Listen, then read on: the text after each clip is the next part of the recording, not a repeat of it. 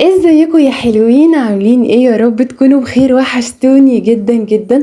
اللهم صل وسلم وزد وبارك على سيدنا محمد عليه افضل الصلاة والسلام. لو اول مرة تشوفوني، انا ياسمين ودي قناتي. لو عجبكم الفيديو ما تنسونيش باللايك، تشتركوا في القناة لو لسه مش مشتركين، وكمان تفعلوا زر الجرس عشان يوصل لكم اشعار بكل فيديوهاتي. وكمان ما تنسيش الكومنت الامر اللي هتصلي بيه على الرسول.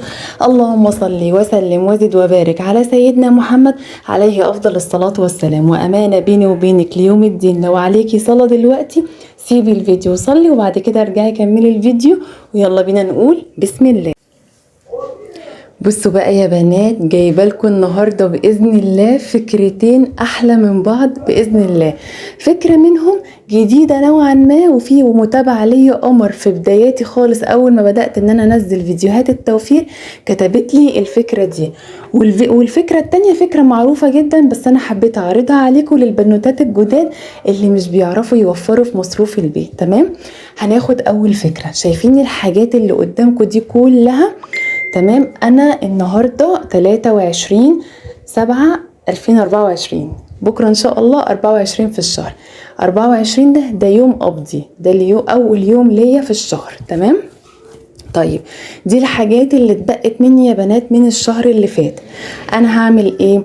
انا جبت الميزان بتاعي وجبت كل الخزين. عملت دايما كل اخر شهر كده بعمل فلتر للدواليب وكل حاجة، وبطلع كل الخزين اللي عندي يا بنات، وببتدي اجيب الميزان واوزنه. وبعمل ايه؟ ببيع الحاجة دي لنفسي. يعني ايه يا ياسمين بتبيع الحاجات دي لنفسك؟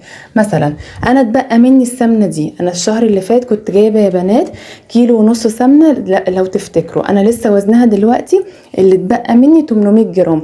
ده معناه ان انا استهلكت حوالي 1.25 كيلو من السمنة الشهر اللي فات. تمام، طيب انا كنت جايبه 2 كيلو من المكرونه المرمريه اللي قدامكم دي، اتبقى منها نص كيلو مكرونه مرمريه.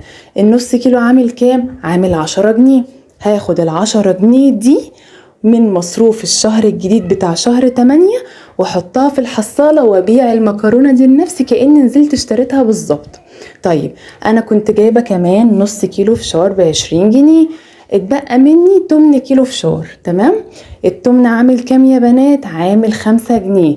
فانا هاخد من مصروف شهر 8 ال5 جنيه دي واحطها في الحصالة وابتدي استخدم الفشار ده الشهر ده. تمام، انا كنت جايبه الحمص ده الشهر اللي فات كان الكيلو عامل 56 جنيه. انا استهلكت منه ربع كيلو بس، اتبقى منه الكيلو الا ربع اللي قدامكم. فانا هحسبها وهاخد الفرق حوالي مثلا 27 جنيه او حاجه زي كده، حوالي 27 جنيه او 30 جنيه. هاخدهم واحطهم في الحصاله يا بنات وهبيعهم لنفسي برضو، وكل ده من مصروف شهر 8. تمام، هاخد القبض بتاعي واحط الحاجات دي واحسبها واحسب تمنها كام، وهاخد الفلوس دي كلها واحطها في الحصاله واحوشها كأني اشتريتها بالظبط في شهر 8. كذلك الترمس برضو ده نص كيلو، النص كان عامل 20 جنيه. هاخد ال20 جنيه حق نص كيلو الترمس واحطهم في الحصالة برضو. وهكذا كل الحاجات اللي قدامكم دي هوزنها واقوم هاخد فلوسها وهحطها في الحصالة. دي مكرونة صغننة، اللي هي المكرونة الصغننة بتاعت الكشري. طبعا انا عندي سباكيتي من الشهر اللي فات وعندي مكرونة صغيرة من الشهر اللي فات، فانا هوزنهم وهاخد فلوسهم عشان اعمل اكل كشري. فانا بقول لكم ان ال5 جنيه دي حق ربع كيلو مكرونة، عشان كان دي ربع كيلو مكرونة. العدس اللي قدامكم برضو وزنته حوالي برضو يعني اقل من ربع كيلو بحاجه بسيطه ب50 جرام. دول مثلا قولي عاملين 15 جنيه. هحط ال15 جنيه برضو في الحصاله. يعني بصوا، يعني توفير التوفير يا بنات. انا كنت جايبه الشهر اللي فات 5 اكياس خميره، اتبقى منهم الكيسين دول، الكيس كان عامل 5 جنيه. فانا هاخد 10 جنيه واحطهم برضو في الحصاله وابيعهم لنفسي. بالتالي انا كده يعني يعتبر عملت فلتر للخزين بتاع دولابي، وفي نفس الوقت حطيت فلوس وحوشت فلوس في الحصاله وما جبتش جديد على قديم. فاهمين قصدي؟ كمان اتبقى عندي زي ما انتوا شايفين نص ازازة الزيت دي. انا طبعا زي ما انتوا عارفين بجيب الزيت سايب، ده اللي اتبقى منه الكيلو عامل 50 جنيه. ففاضل معايا كده، يبقى انا استهلكت نص الازازه وفاضل لي نصها، يبقى انا هحط 25 جنيه يا بنات برضو في الحصاله، وبال 25 جنيه التانية هجيب النص كيلو التاني عشان اكمل الازازه، عشان انا استهلاكي 4 ازايز في الشهر، ازازتين من التموين وازازتين بشتريهم على حسابي. كمان اتبقى معايا زي ما انتم شايفين كده يا بنات 2 كيلو من الدقيق، لان اللهم بارك كنت شاريه الشهر اللي فات حوالي 6 كيلو دقيق، استهلكت منهم 4 كيلو في الشهر اللي فات وفاضل معايا 2 كيلو.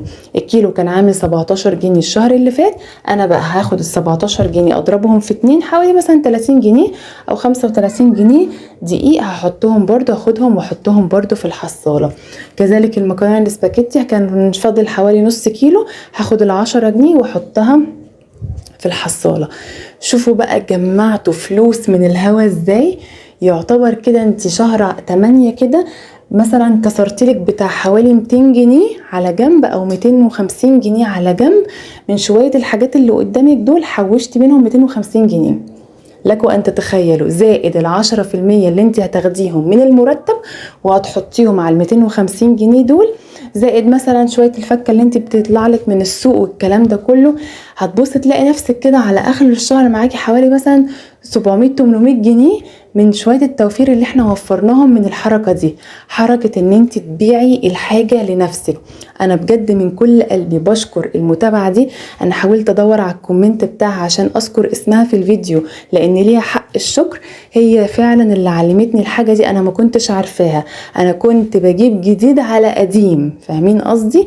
وهكذا وهكذا، وبص الاقي الحاجة سوست، والاقي التوابل عملت خيوط، والاقي حاجات غريبة، وبالتالي بتاخدي الحاجة ترميها في الباسكت وبتهدري كل الحاجات دي. فانا بشكرك من كل قلبي. لو انت متابعاني اكتبي لي اسمك عشان اذكره ان شاء الله الفيديو الجاي، ده حقك يا حبيبه قلبي. تاني فكره معانا فكره الصلصه يا بنات. عايزه اقول لكم الطماطم جه عليها وقت الايام اللي فاتت غليت بطريقه فظيعه. اول حاجه طلعت مره واحده بقت ب10 جنيه، فجاه طلعت بقت ب12 15 وثبتت على 15 ونطت نطه كبيره وصلت ل20 جنيه.